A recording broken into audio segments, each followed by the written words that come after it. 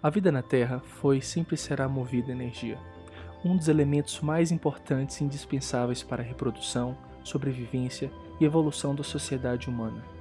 O Sol, fonte máxima de energia a 150 milhões de quilômetros, é responsável por moldar o planeta e alimentar a vida que esse contém. O primeiro marco da utilização da energia pela humanidade foi o domínio do fogo.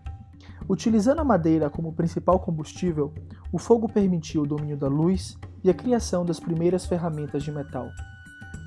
Inevitavelmente, as fontes de energia não conseguiram acompanhar o desenvolvimento da sociedade humana. A Revolução Industrial marca o início de uma era dependente de combustíveis fósseis.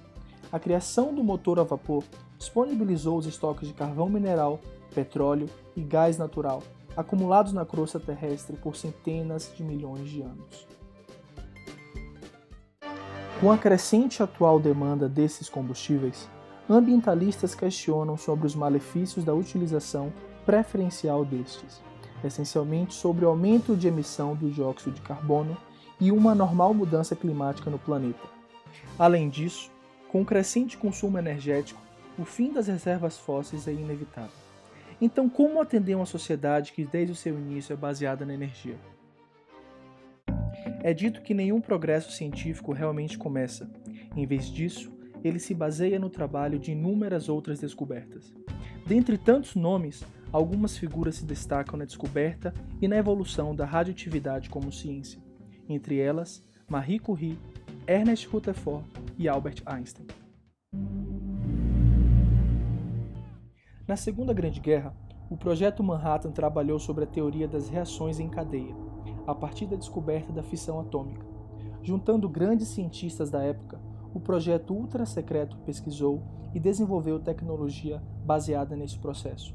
Mais tarde, o mundo seria introduzido à magnitude da energia nuclear com o bombardeio das cidades de Fukushima e Nagasaki. Ao final da Segunda Guerra Mundial, o projeto deixou um grande legado sobre a fissão atômica.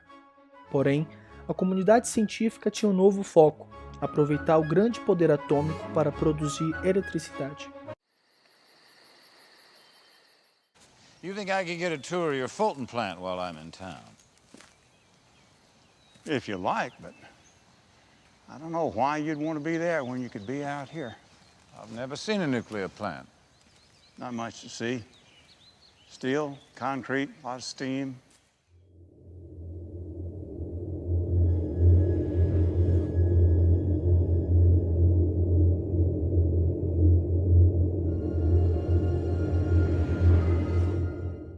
Hoje são 434 reatores espalhados por 30 países.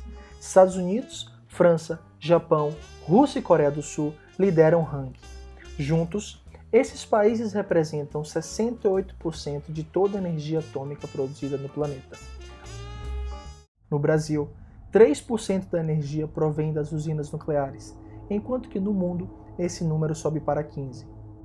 Então por que o método aparentemente ideal não é disseminado em escala global?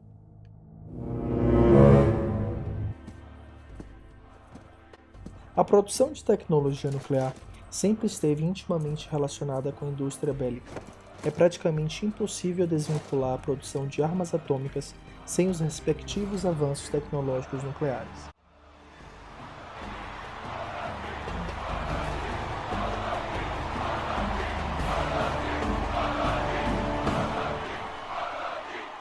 People of Wadaya, I come before you today to tell you that the world shall kneel before our great nation.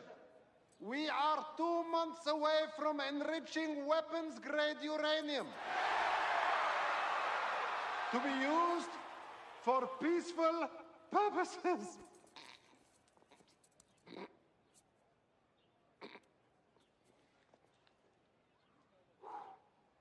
It will be used only for medical research and clean energy. It will, and will certainly never be used to attack is... Oh boy. Em 1968, foi assinado o Tratado de Não Proliferação de Armas Nucleares, que, em tese, serviria para a promoção da tecnologia nuclear de reator desassociados da produção bélica. Em 40 anos, 5 países desenvolveram armas nucleares com a ajuda da tecnologia de reator. Afinal, é muito difícil distinguir o uso pacífico da energia nuclear em relação a um programa nuclear bélico. Para entendermos mais sobre a indústria nuclear brasileira, fomos até o IPEM para conversar um pouco sobre o assunto.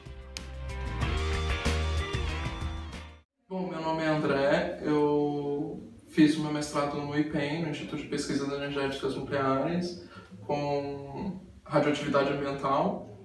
A área nuclear no Brasil está bem pequenininha ainda, né? Apesar que o Brasil ainda é considerado um dos países com tecnologia nuclear importante, a gente tem as melhores centrífugas para enriquecimento de urânio do mundo. Mas aqui no Brasil tem toda aquela coisa, né, difundida por causa dos acidentes nucleares que ocorreram no mundo e aqui no Brasil também. Vizinhos de um reator nuclear danificado são retirados da área e o governo admite que pode haver um pequeno vazamento de vapor radiativo. Dass im Reaktor Fukushima eine Kernschmelze begonnen hat. All of the situation at the site. No, it's still a ticking time bomb. A União Soviética confirma o acidente com a usina nuclear de Chernobyl, na Ucrânia, foi o pior da história. Em torno de 60 anos de uso da energia atômica, houveram 7 grandes acidentes em reatores ou instalações de usinas relacionadas ao lixo atômico. Desastres como a explosão de Chernobyl e Fukushima liberaram quantidades significativas de radiação na natureza. Em 1986 e 2011, grandes áreas da Ucrânia e Japão foram consideradas impróprias para a habitação humana pelos próximos anos. Ao todo, estima-se em torno de 1.000 mortes decorrentes dos acidentes nucleares. O pior acidente nuclear que não foi em usina, foi aqui no Brasil, né, o acidente de Goiânia. Né, e esse ano ele comemorou 30 anos, né, desde que aconteceu. Né, então, toda essa história ainda está na imaginação do brasileiro médio, né, que não tem acesso a como funciona, né, a ciência. Então eu acho que é por isso que a gente ainda teme bastante todo o setor nuclear e tal. A fim de se evitar acidentes como o de Goiânia, como deve ser feito o descarte correto do lixo nuclear? I think it's full, sir. That's ridiculous. The last tree held 9 drums.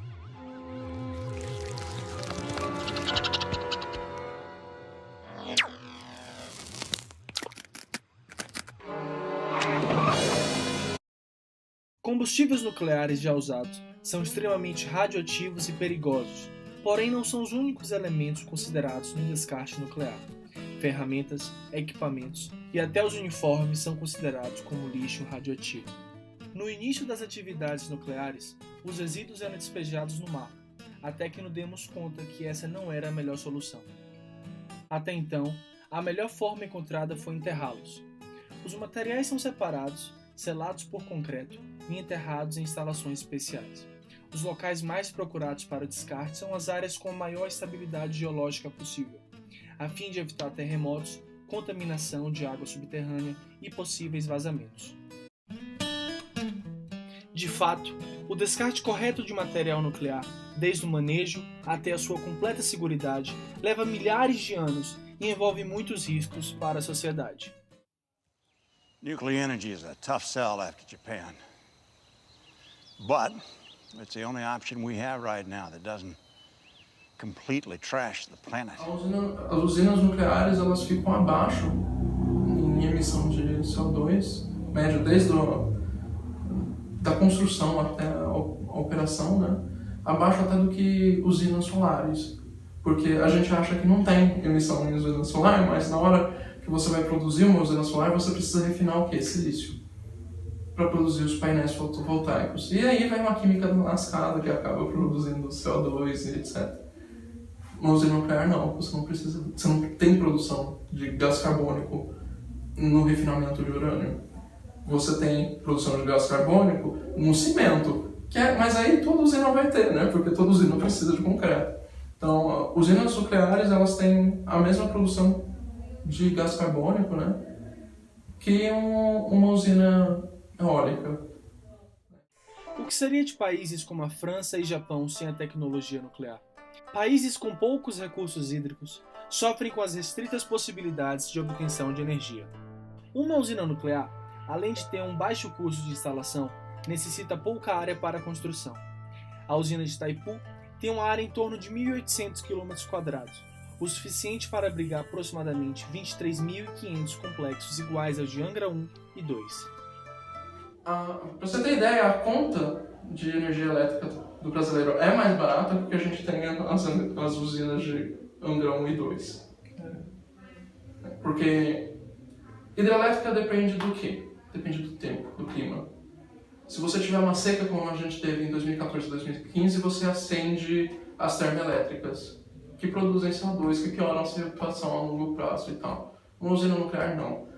Uma usina nuclear ela funciona independentemente do clima. Ela sempre está produzindo energia. E urânio e tório é uma coisa abundante na superfície da Terra. Então, não é considerado uma energia renovável, porque aquele urânio e aquele tório não vão estar ali de novo, você não tem como criá-los de novo. Mas é estável, porque você pode ter até, sei lá, bilhões de anos de urânio e tório ainda em reservas. É muito engraçado, né? A gente acha que a área nuclear só se restringe, né, à produção de energia e à produção de armas, mas não. A área nuclear hoje em dia está desde da agricultura, em indústria naval também, a produção de aço é o principal motor-chefe do IPEM hoje em dia, é a produção de radiofármacos que abastece todos os hospitais do Brasil. Então, o dia que o IPEM para a produção de radiofármaco, para também a radiofármaco para o Brasil inteiro. Isso é um problema para quem faz tratamento de câncer, por exemplo. A vida moderna não seria do jeito que ela é hoje sem a indústria nuclear.